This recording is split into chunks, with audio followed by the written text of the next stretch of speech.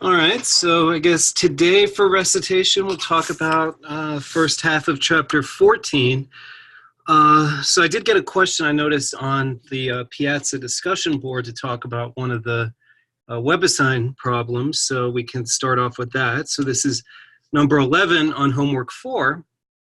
And so this is sort of a conceptual question on what is the meaning of a partial derivative. So I just pasted over the picture. The instructions say that this is a contour map of some function f of x, y, and we're supposed to estimate the x partial at 2, 1 and the y partial at 2, 1 of this function f. Thank you. And so I guess what we're looking at here is a topographical map. Remember, that's just the more, I guess, broadly understood concept of contour map. They really just mean the same exact thing. I actually got pretty excited a couple weeks ago. I was hiking, and they had a topographical map on the trail map, so you could tell your elevation changes and things like that. So if you guys have ever hiked or looked at a topographical map, that's really all that's going on here, that you want to think of these numbers on these curves as the elevation. So basically it looks like, down here, that's sort of a little hole in the ground that dips about between between 0 and 2 feet above sea level is sort of the bottom of that hole. But then, as you move away from it, you're going uphill, higher elevation. And for example, over here, I guess, where it's like 18 feet above sea level, that would be more of a hilltop and things like that. So yeah, if you've ever dealt with a topographical map, that's essentially what we're looking at here. Okay, and so as far as estimating these partial derivatives at the point 2, 1, so the idea is, remember, the meaning of a partial derivative in this context on a topographical map is it's sort of the steepness of your topography or your landscape, whatever you want to call it, just the steepness of the ground when you're standing at the point 2, 1, and then for the x partial, it's when you're looking to the right. So I guess you could think about it if, this is north, south, east, and west. So sort of stand at 2, 1, look east, and what is the percent grade that you observe when you look east while standing at that point? Whereas the y partial derivative is the grade that you observe when you stand at 2, 1 and then look north.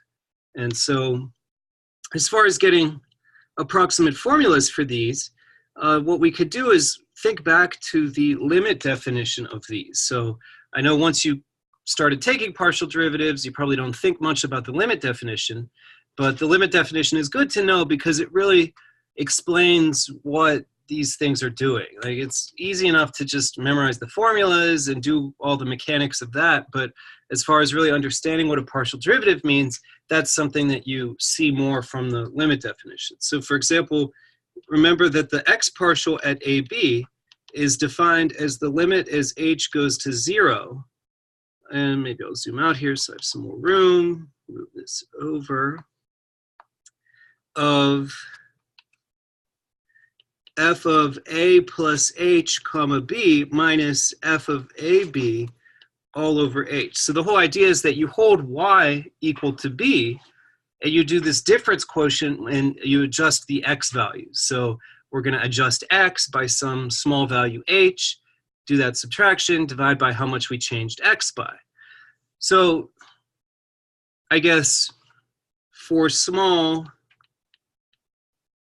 delta x, we could approximate this limit by saying, oh, it's just, f of a plus delta x. I could just use h, but I don't know, let's use a different variable. But pick a specific value of how much you're going to adjust x by, call that delta x. And so this limit, if you're a differentiable function, which let's assume everything's nice for this, this limit that you get when h goes to 0 is going to be pretty close to what happens if you pick a small value for delta x. And so I guess it's up to us to decide what delta x we know about given this data from this figure. Okay, so we have this point 2, 1 right here. That's our point 2, 1. And so what I want to do, I could do like a forward difference quotient, or I could do a backwards difference quotient, or I could do a symmetric difference quotient. Maybe you remember these terms from Calc 1 when you first started investigating average rates of change versus instantaneous rates of change. But let's just do a forward difference quotient, which means I'm going to look for a point that has the same y value. So I'm going to keep y fixed at 1, and I'm going to adjust x by some small amount. So I notice that this point here, which I don't know, let's call it 2.71, I know that it's on the it's on the 12 level curve of f. So that point is 12 feet above sea level. 2.1 is 10 feet above sea level. So I could do this difference quotient of f of 2.71 minus f of 2.1 all over, well, 0.7 is how much I've adjusted x by. So I'm just approximating this partial derivative with a difference quotient where I leave y fixed at 1 and I adjust x by however much. And so this looks like our best bet. And so now we know that f of 2.71, like we said, is 12 because it lives on the 12 level curve. F of 2.1 is 10 because it lives on the 10 level curve. And so there we go. 12 minus 10 over 0.7, I think, is a reasonable estimate for this partial derivative, whatever that ends up being. I guess, okay, then we could do the same kind of thing for y.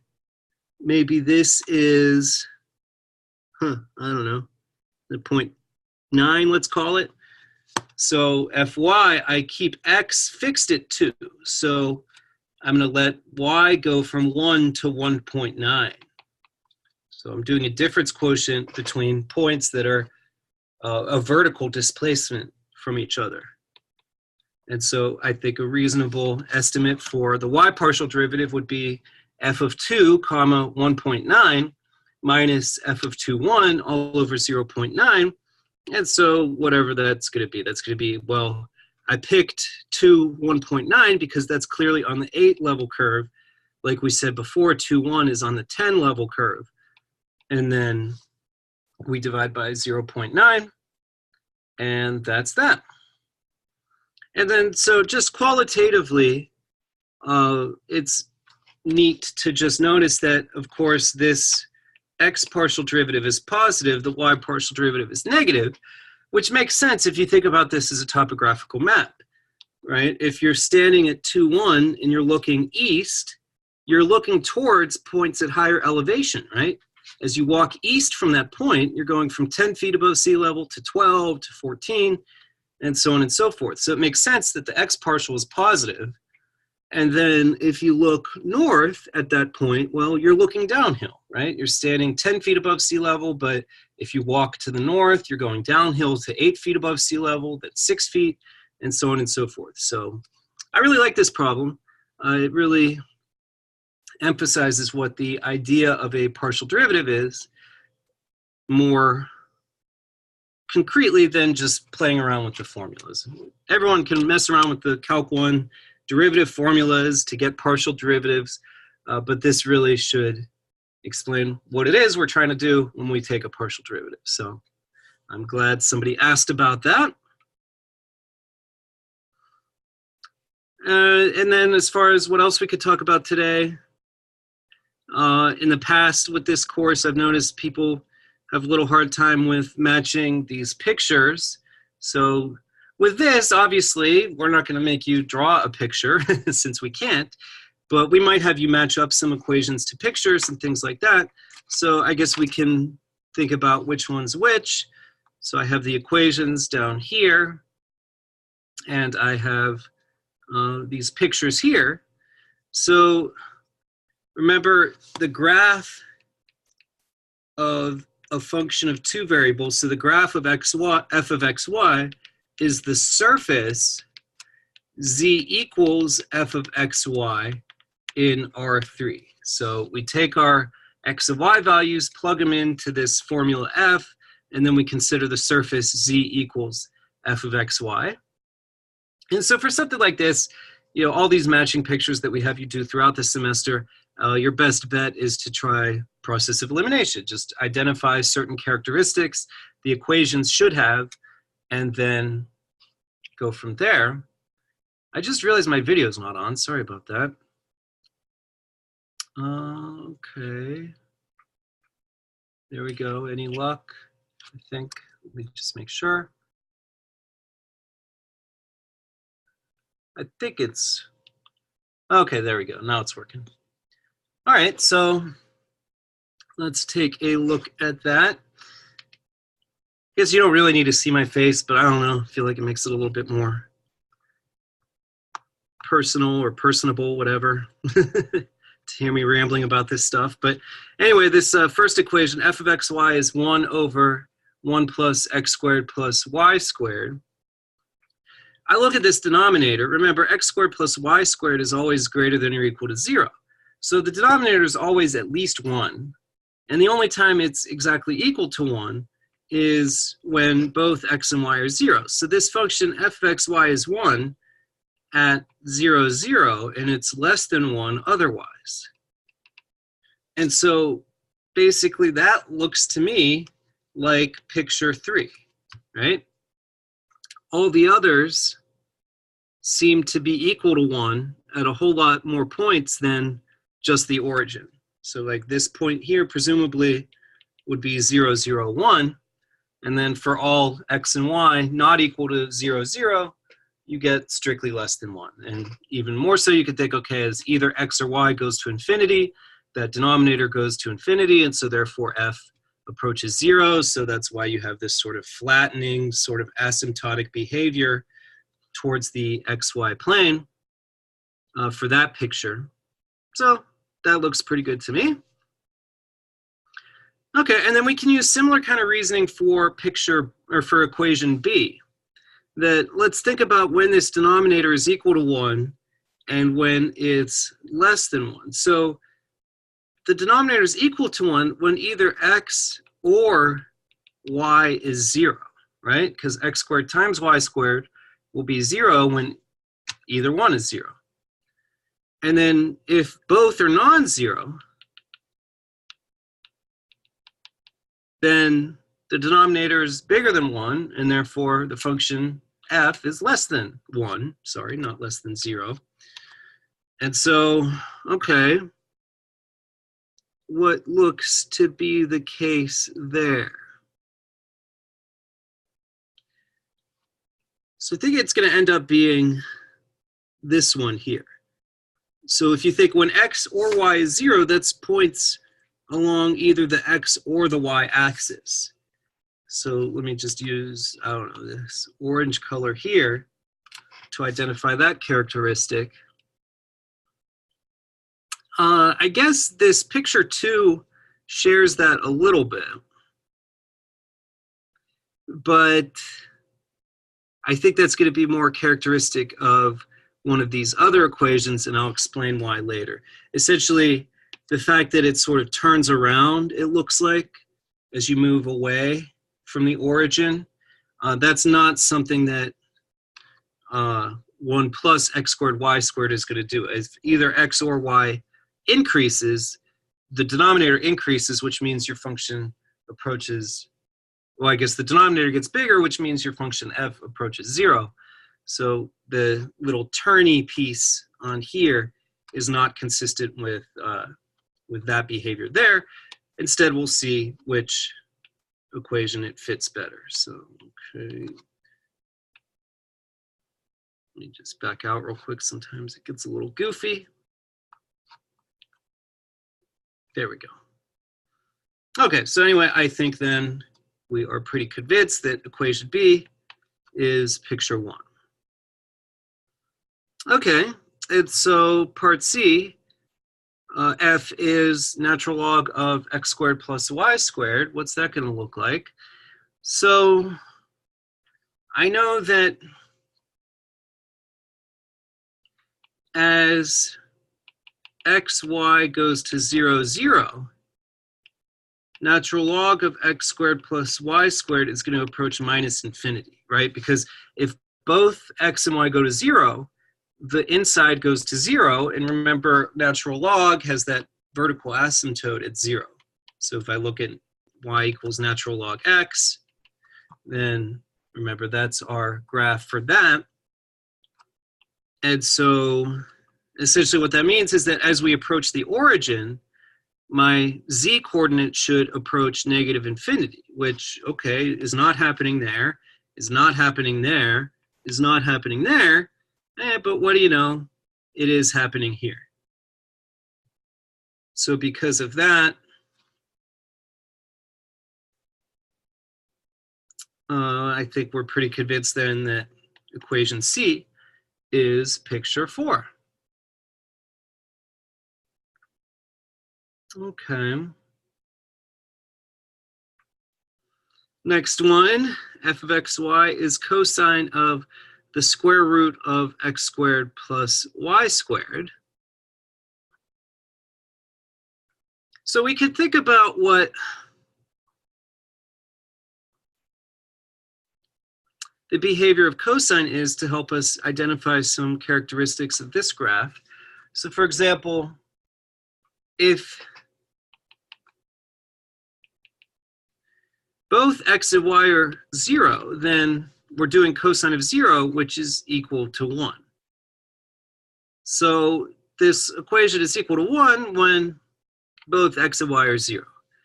And moreover, it's also equal to 1 when x squared plus y squared square root is equal to 2 pi, right? Because anytime you plug in 2 pi to cosine, you get 1. And so this is a circle of radius 2 pi centered at the origin. And so, okay, let's use a cool picture for this. This z coordinate equaling 1 happens when both x and y are 0 and when x and y live on a circle of radius 2 pi. And so that's going to give us that picture. That sort of rules out all the others. So it looks like equation D is picture 5. Okay. X, Y, absolute value. So essentially, well, notice that, well, same story. It's going to equal 0 when x is 0 or y is 0. So same kind of reasoning we used for that x squared times y squared in equation B. X, y, yeah, that's 0 when either one is 0. And it's greater than 0 otherwise.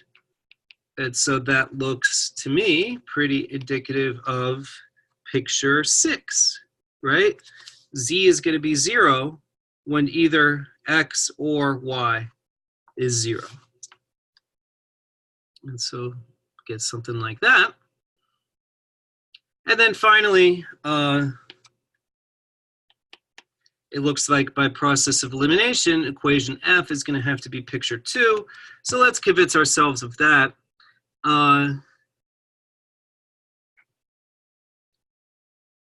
Let's see here. So we know that that's going to equal 1 when x is 0 or y is 0. So, okay, I guess that was similar to picture 1. So how are we confident that those two are different? So for example, I guess I could look at, let's say that we're on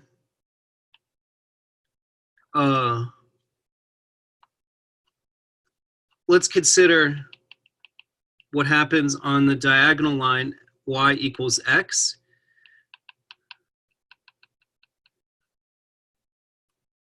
So if we look at the behavior of z along this line, it's just going to be strictly decreasing, right? So maybe I'll use a color, I don't know, let's use brown,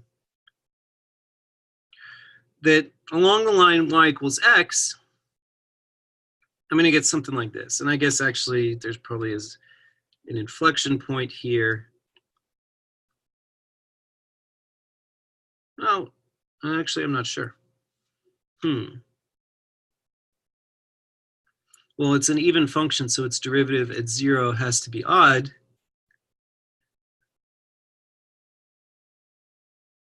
Which, what does that mean?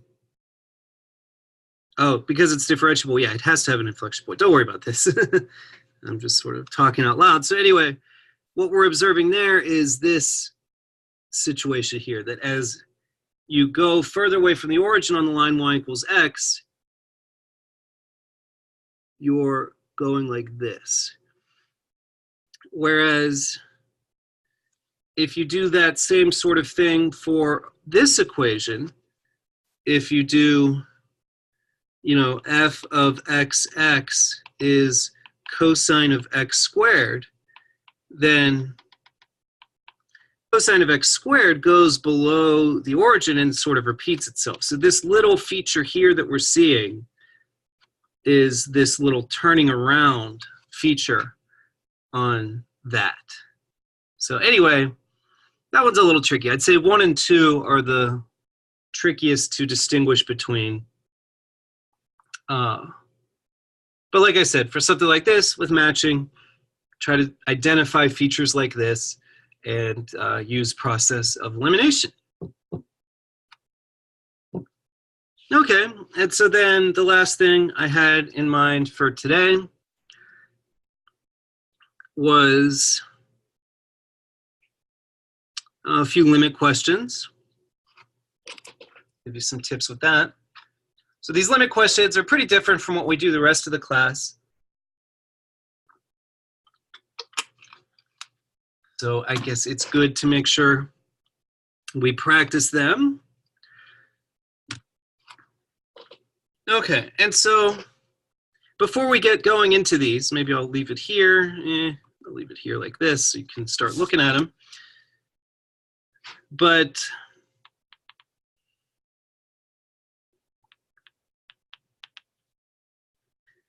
this is one of those tricky things where the way that you justify your answer, or the way that you explain your answer, depends on what the answer is.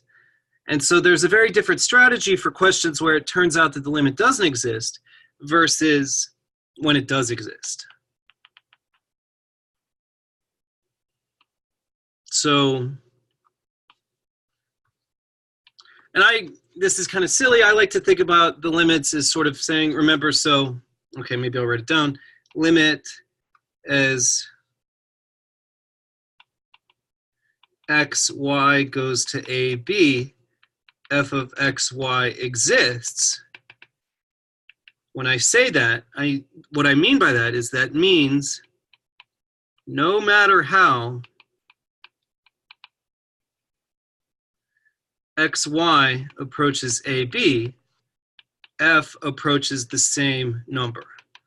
And so in Calc 1, this no matter how really just meant from the left or from the right. There's only two ways you can approach a point on a number line. But when you're in R2 or R3 or R4 or whatever, there's way more ways to approach a given point. There's infinitely many different directions, but it's also not just the direction that matters, as we'll see in a moment. You can have even weirder stuff happen where the shape of the curve that you approach along can determine the value that you get. So essentially, things in multiple independent variables are way more complicated. But anyway, it's the same definition, that for a limit to exist, you have to get the same value no matter how you approach that point. Calc 1, it's from the left, from the right, big deal. But now there's so many more ways you can approach a given point. So to show that a limit doesn't exist, all you have to do is to find two different paths that give two different values.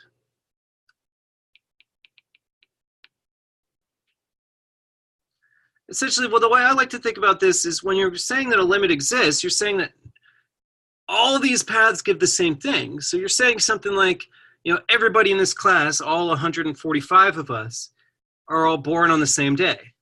So that's probably not true. I'm not sure. I don't know what everybody's birthday is. But let's assume that that's not true. To prove me wrong, you just have to show me two people that don't have the same birthday. That's enough.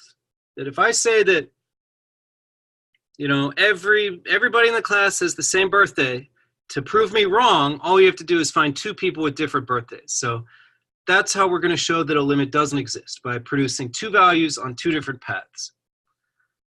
Okay, so if it turns out everybody does have the same birthday, that's going to take a lot more work, right? Instead of just involving two people in this, if it turns out that we all have to have the same birthday, we're going to have to list, okay, Joe's birthday is this, Dom's birthday is this, everybody's birthday. And so that's how we, if it turns out that everybody has the same birthday, you'd have to go through all of them. And it turns out that because there's infinitely many paths for these limits that we're talking about, we're never ever going to be able to list all of them. So the idea of saying this path gives this path gives this path gives this, that's, you're never going to have time to check all the different paths. So if it turns out that your limit exists, then essentially you have to have a better definition for limit that doesn't really depend on a path that you're talking about. And so I don't think Dom really went into it, but if you take a look at the textbook, there's something called a delta epsilon definition of a limit, which isn't really taught in Calc 1 anymore, so that's why we're not really bringing it up now as far as making you guys do it in this more complicated situation. I know Dom did talk a little bit about using the squeeze theorem, so that's a way to do that. We're not going to focus as much on that in this class, mainly because the book really only has one example of that. And we don't have that much time to spend on limits. So anyway, it's trickier in general to show that a limit does exist. And we could spend an entire semester talking about limits. It sounds crazy, but yeah, there's enough interesting stuff that could happen that we could teach you a course that lasts a whole semester only talking about limits and other fun stuff like that. But for us, it's either going to be the limit exists because the function is clearly continuous. So intuitively, all the nice functions that we deal with on a daily basis are pretty nice as long as we stay away from the obvious bad places. So for example, vertical asymptotes are bad, right? Your function's approaching infinity or negative infinity. Those aren't numbers. So essentially vertical asymptotes are bad, mainly because they, not always, I guess that's not really the case for natural log, but for rational functions, they arise from when you're trying to divide by zero, which remember, dividing by zero, big no-no, not allowed to do. So as long as you're not trying to divide by zero or approaching a vertical asymptote or doing something weird with piecewise definitions, you know, most of the functions we deal with are fine. And so the definition of continuous is that, well, yeah, the value is defined and it's equal to the limit. So if you look at a formula that is clearly fine, then it's going to be continuous, and you can obtain the value of the limit just by plugging in and getting the value of the function. So limit exists is okay because the function is clearly continuous, or, you know, some sort of algebra trick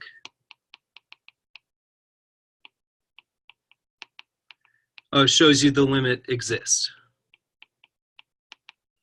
So the whole point is that when your answer is that the limit exists, it's not because there's no reference to paths. So when you're saying the limit exists because, there's no reference to paths.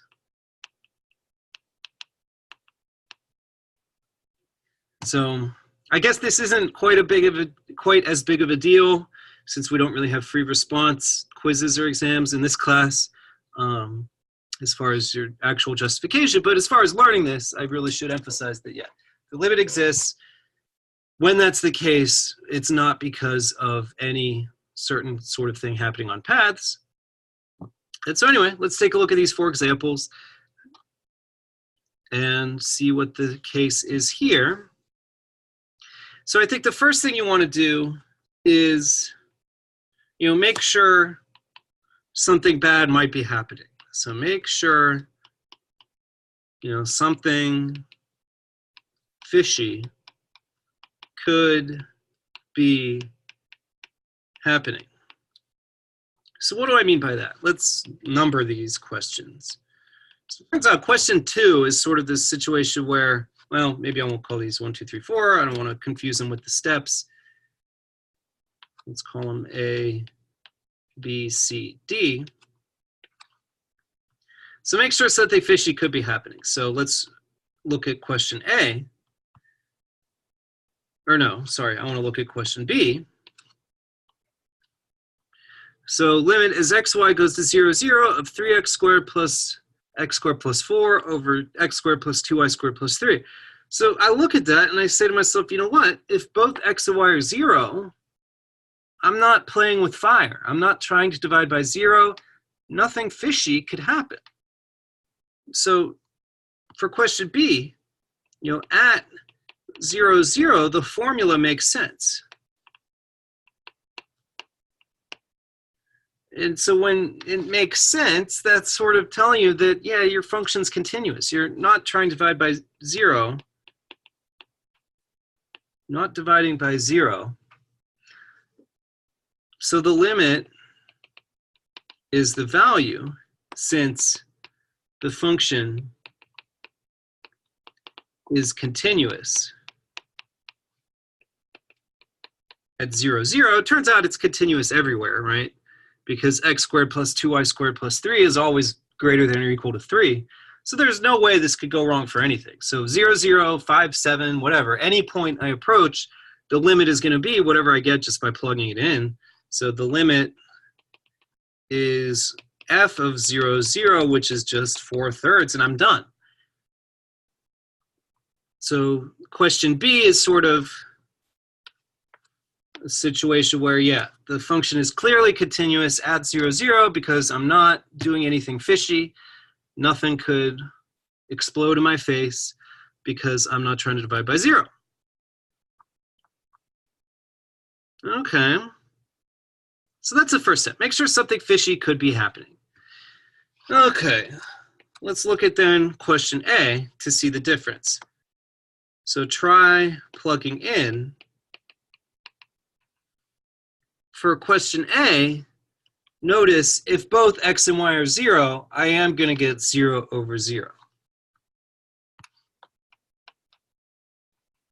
And so we're not really going to use L'Hopital's rule ever in this course. I mean, maybe if you're doing along a specific path, but there's no such thing as L'Hopital's rule, unfortunately, for multivariable limits. So we're not really going to worry about that. But hopefully you do remember from previous courses that something like 0 over 0 is what we call indeterminate, which is just a fancy way of saying we have no idea. Could be 0, could be infinity, could be 7, could be 14. Indeterminate could work out to be anything. So 0 over 0, we have no idea what's going on. And so actually just to show you, okay, we can take a look at some more here. That's going to be the case for all these others. That look at C at 0, 0, you're going to get 0 over 0. At D, you're going to get 0 over 0. So try plugging in. Get 0 over 0. We don't know. D, try plugging in. Get 0 over 0. We don't know. Bad question marks. Okay. So what do we try then? What's step 2? So make sure something fishy could be happening. Once you've established that, then you start trying some paths. So try some paths. I would say do lines first. So you could either do specific lines like y equals x and y equals 2x. Don't try y equals x and x equals y. People have done it. You're going to get the same thing because guess what? Y equals x, x equals y are the same damn line. So pretty waste of time to do both. So try y equals x, y equals 2x, whatever. Or you could try y equals mx and see if the value depends on m. So anyway, let's try that. So question A, we got 0 over 0, so let's try some lines. Let's do along y equals mx. So I do the limit as x goes to 0 of f of x mx, which is going to be 3x squared, or 3x mx, whatever, plus x squared over, and I guess I should be careful with my notation. So I'm taking x to 0, so 3x mx plus x squared over x squared plus 2 mx squared, which, okay, limit as x goes to 0, 3x squared m plus x squared over x squared plus 2m squared x squared. So notice I can cancel out an x squared everywhere, so make sure you don't do bad algebra, but divide both the numerator and denominator by x squared, you're going to get this. And so think of m as just some number that we haven't decided what it is yet. M is the slope of the line that we're taking to the origin. So essentially the benefit here is we're just doing shorthand for all these lines at once. And so anyway, but now that there's no more x's, we just get this. So be careful. I've seen some people who, aren't thinking about what they're doing. They start taking a limit as m does something. No, we don't want to do that. M is just the slope of the line that we're taking. And so what we're looking for is if this answer depends on m or not. So this depends on m, which, what does that mean? That depends on which line we took, which means that, remember, the limit, if it were to exist, can't care how you get to the origin. This says it cares, so therefore the limit doesn't exist. Because we get, for example, and the benefit of this is, we're just doing all this calculation at once, that along y equals x, where m is 1, f approaches, what is this, 4/3? Along y equals 2x, f approaches, what, 7/9? Yeah. So if this whole m stuff is weirding you out, having this extra variable, just use specific lines. But I like doing it with m because it's shorthand. You're doing lots of calculations, lots of different lines all at once. Okay. So lines first. If you get different limits along different lines, then the answer is doesn't exist. Okay. So then this next one, C and D, let's see what happens. So C is what? xy cubed over x squared plus y to the 6th. So let's try along y equals mx. Do the limit as x goes to 0 of f of x comma mx. So limit x goes to 0, xy cubed over x squared plus y to the 6th.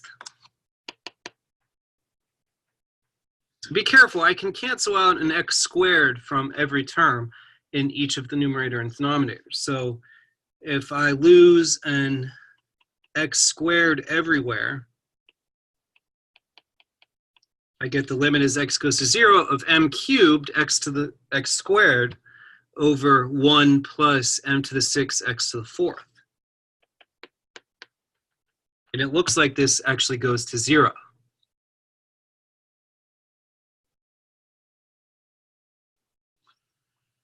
Let's let's do the same thing for this next one. So let me look and make sure I remember. Okay, so we're not done yet. I just want to work on question D as well. So along y equals mx, we get the limit as x goes to 0 of f of x mx, which that was what? X to the fourth plus 2x squared y squared plus y to the fourth all over x squared plus y squared. And what do you know? You can cancel out an x squared everywhere. So I have x squared plus 2m squared x squared plus m to the fourth x squared over 1 plus m squared. And this one also goes to 0 on all lines. So what people are tempted to do when they first start studying this is they're like, oh yeah, so we get 0 on all the lines, so both of these are 0. No, we don't know. The way I like to think about these lines is like, okay, let's pretend we all have the same birthday, or whatever, that's what we're considering. All you Math 230 people, let's say your birthday is all the same. That's essentially what we just got here, that along all the lines, we got the same thing. Does that tell us that all the other people have the same birthday? Does that tell us that every other way we could approach the origin gives us the same thing? And the answer is no. So as you might guess, the reason I'm doing both these examples, one of these, the answer actually is 0, and the other, it's not. So let's fill this into our little strategy here. So same thing. You're tempted to think that that same thing will be your limit, but we don't know. Don't know yet. Just because all the Math 230 students have the same birthday does not mean that all the Math 231 do as well. There are things other than lines.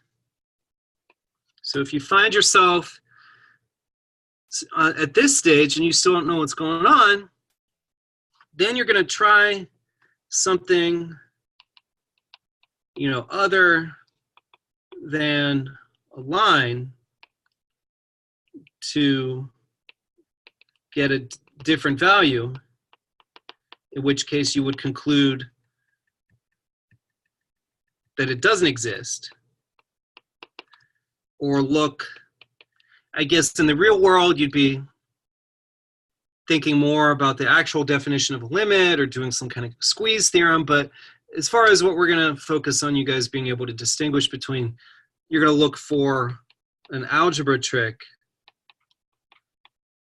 to get exists. So again, whatever it ends up being, that's going to affect what your reasoning ultimately is. And you guys know this from Calc 2 with 141. You had better not use the test for divergence to say something about a convergent series. The test for divergence is valid reasoning only for divergent series. So paths are only valid for limits that don't exist. If you have a limit that does, path means nothing. It has to be true independent of path, and you can't list all the paths. So if your reasoning includes anything about specific paths and the limit exists, then you're on the wrong track. So anyway, let's resolve these two examples. So C. So this, it's a little bit tricky to see, but now that I show you this, and I think we put one on the homework, you know to look out for it. So xy cubed over x squared plus y to the sixth, things other than lines, this would be, something like y equals x squared, y equals x cubed, x equals y squared, x equals y cubed, something along those lines, just not a linear function. And so, I don't know, when I look at this, if I do along x equals y cubed, I notice that xy cubed becomes y cubed,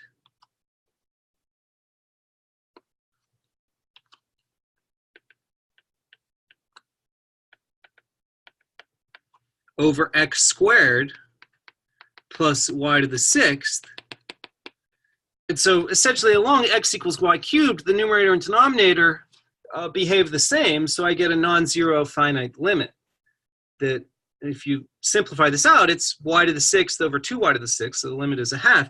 Then these aren't equal, so c doesn't exist. So yeah, this is 4/3. This doesn't exist. This doesn't exist. So D, if you try other things, you'll keep getting 0. So as far as part D goes, it turns out the answer is going to be exist. So this is, not relevant. Who cares that lines give you 0? But if you notice that, and we're not going to get too mean. I think Dom gave an example where you used conjugates in order to find this algebra trick. But if you notice for equation D, the numerator is the square of the denominator. So x to the fourth plus 2x squared y squared plus y to the fourth, that of course is x squared plus y squared, all squared. So the algebra trick here is noticing this factoring. And so I'm not making a reference to any path itself, but just realizing that, yeah, okay, this away from 0, 0, this makes sense and is equal to x squared plus y squared, and that limit is 0. So again, I guess it's not so relevant for this summer course online, but the work on an exam during the semester that we would be looking for is this calculation right here. That it's actually wrong to say that the limit is 0 because along paths we get 0. No, the limit is 0 because of this algebraic cancellation that we're able to see. And so, yeah. Like I said, limits in general we could spend a whole semester on. That would be fun. But we don't have time for that. So I think if you're able to distinguish between these 4 cases, I think we'll be pretty happy. A was sort of easier because we were able to do lines only, but C, we needed lines versus some cubic in order to see different values. But yeah, go through these. Make sure you understand the homework examples for this, but I guess that's about all I had in mind for today. I think on Friday's recitation, I'll plan to go over the midterm that everybody should be finishing up. And yeah, we'll pick up there on Friday, so I will see you then. Have a good day.